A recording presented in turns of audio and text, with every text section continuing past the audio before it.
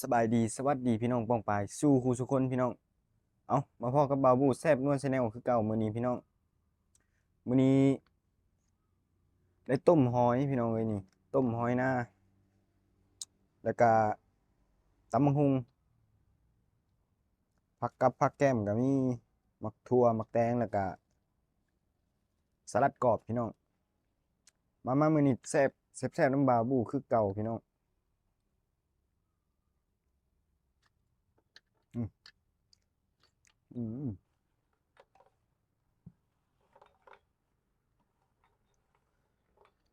นัวๆเลยพี่น้องมา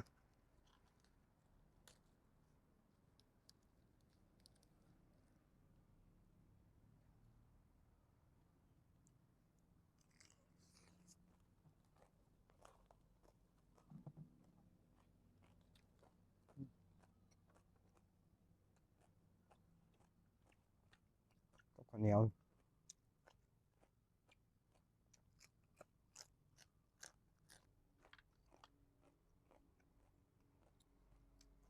อืม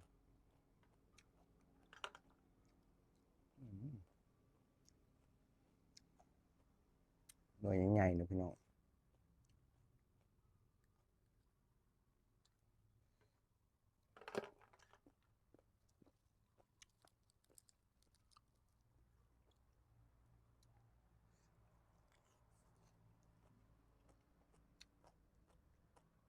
หมักแตงน้อยพอดีกัดพี่น้องเอ้ยอืม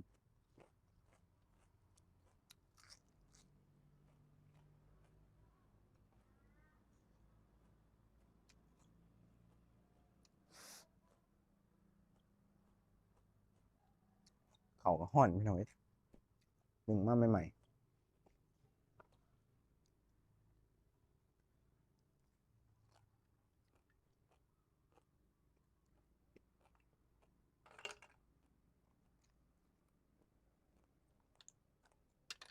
อืม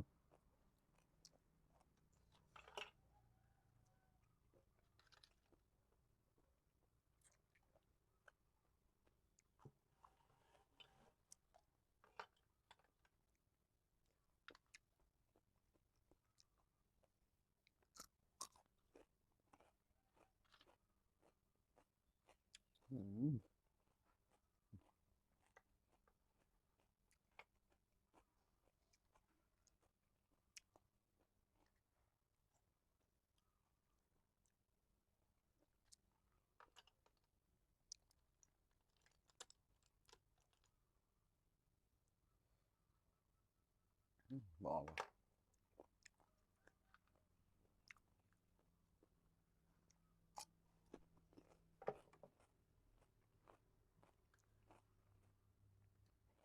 แตงอ่อนครับพี่น้องเอ้ย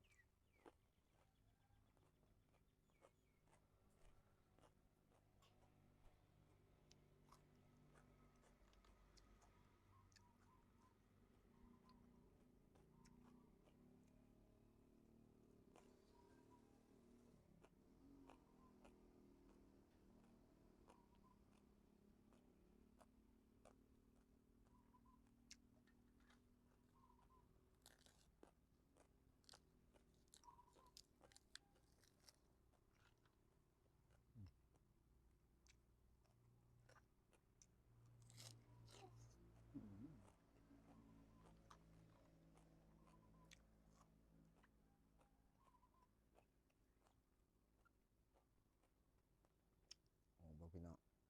เอ้ยบอก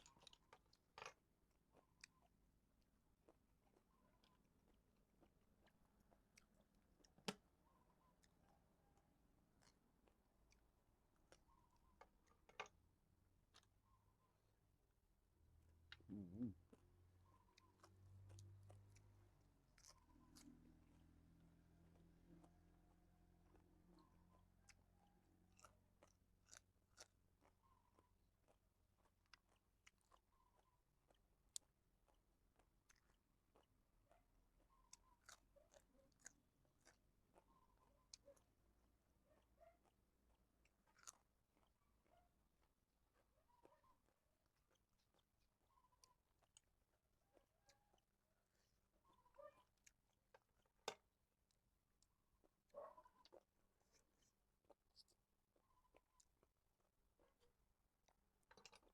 อยก็มีหน่วยน้อยหน่วยใหญ่แน่พี่น้องเอ้ยผสมกัน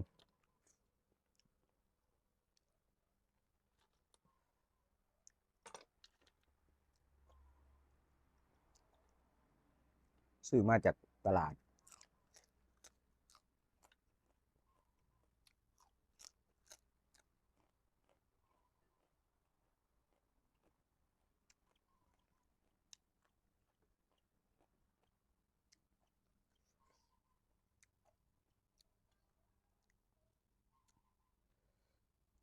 กินกับตำบักหุ่งแซ่บหลายพี่น้องเอ้ย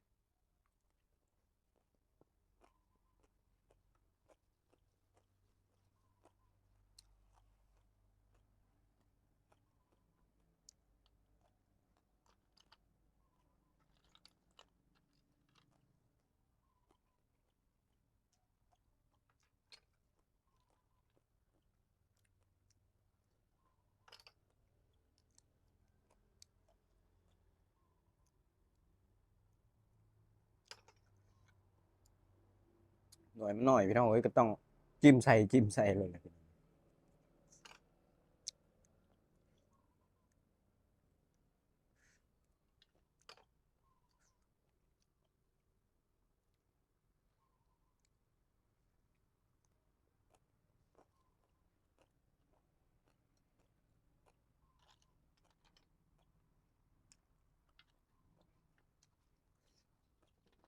อืม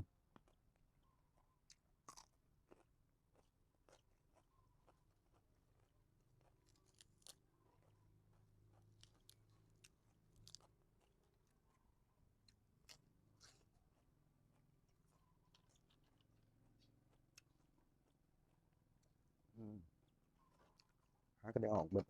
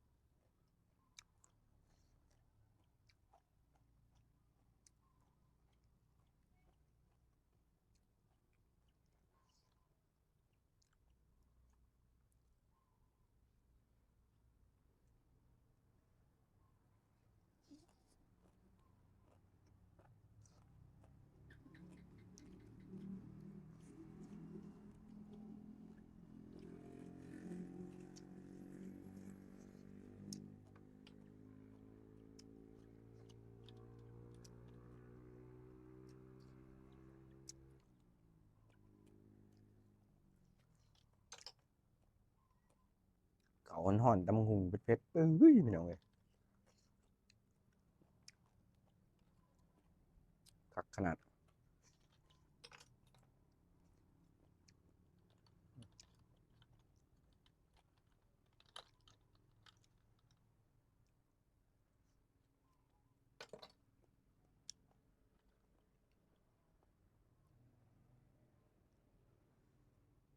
อืม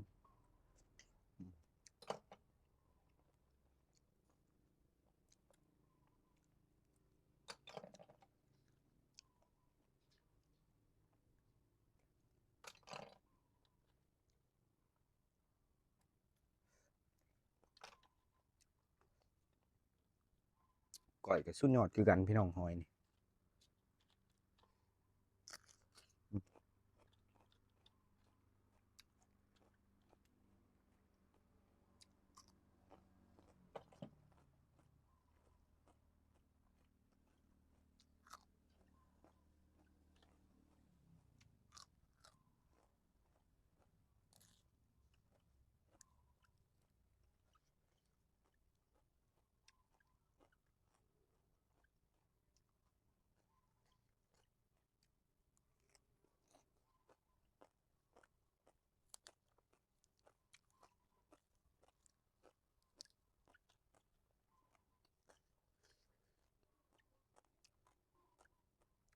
เปลือกหอย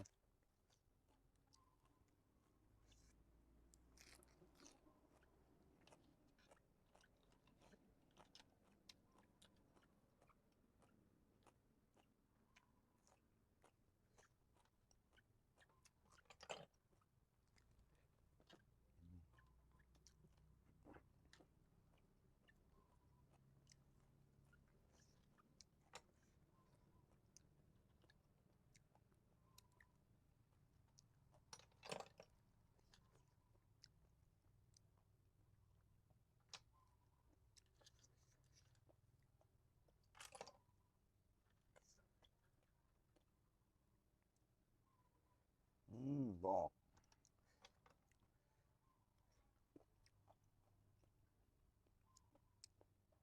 หอยนี่มันตุ้ยพี่น้องมันตุ้ยมันพี่แล้วมันออกยาก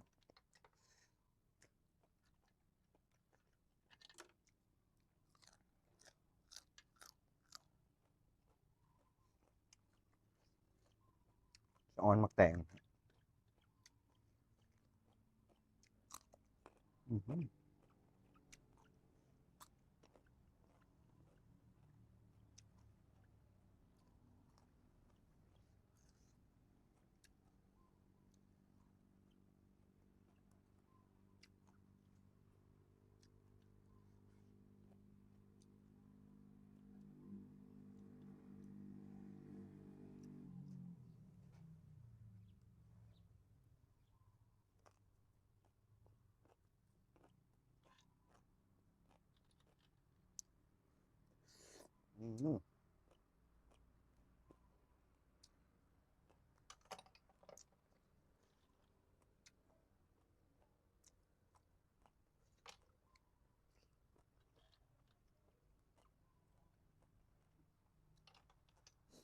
น้ำนวดตำหู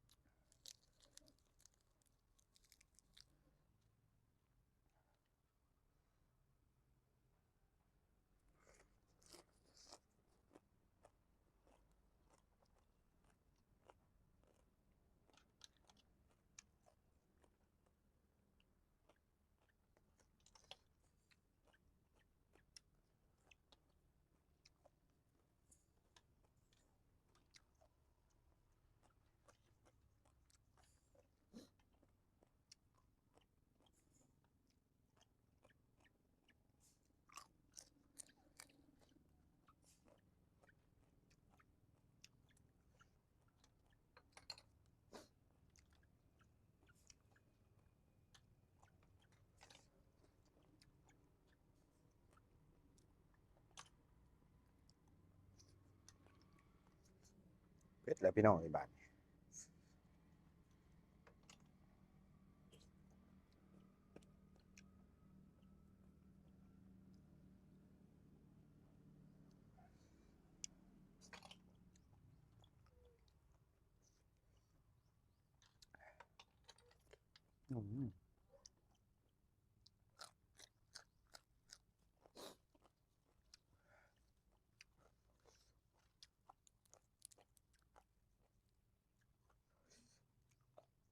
ต้องขอโทษขออภัยในการ บ่สุภาพเด้อพี่น้องเด้อ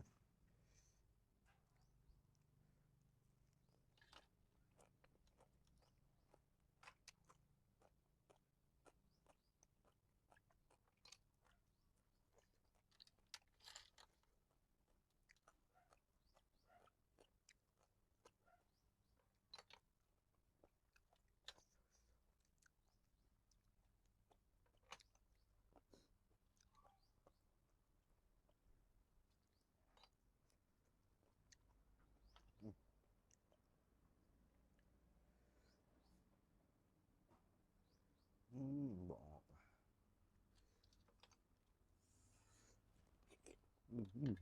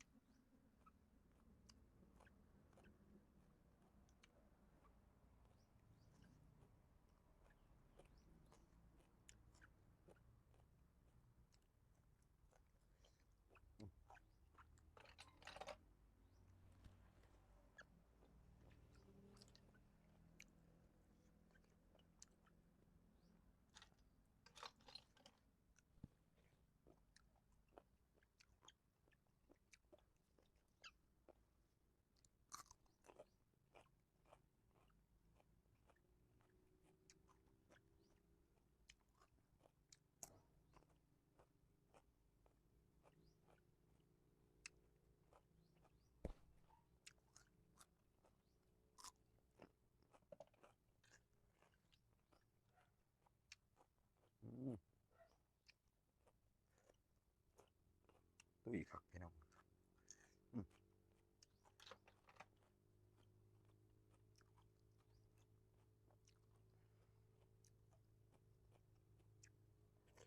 อืม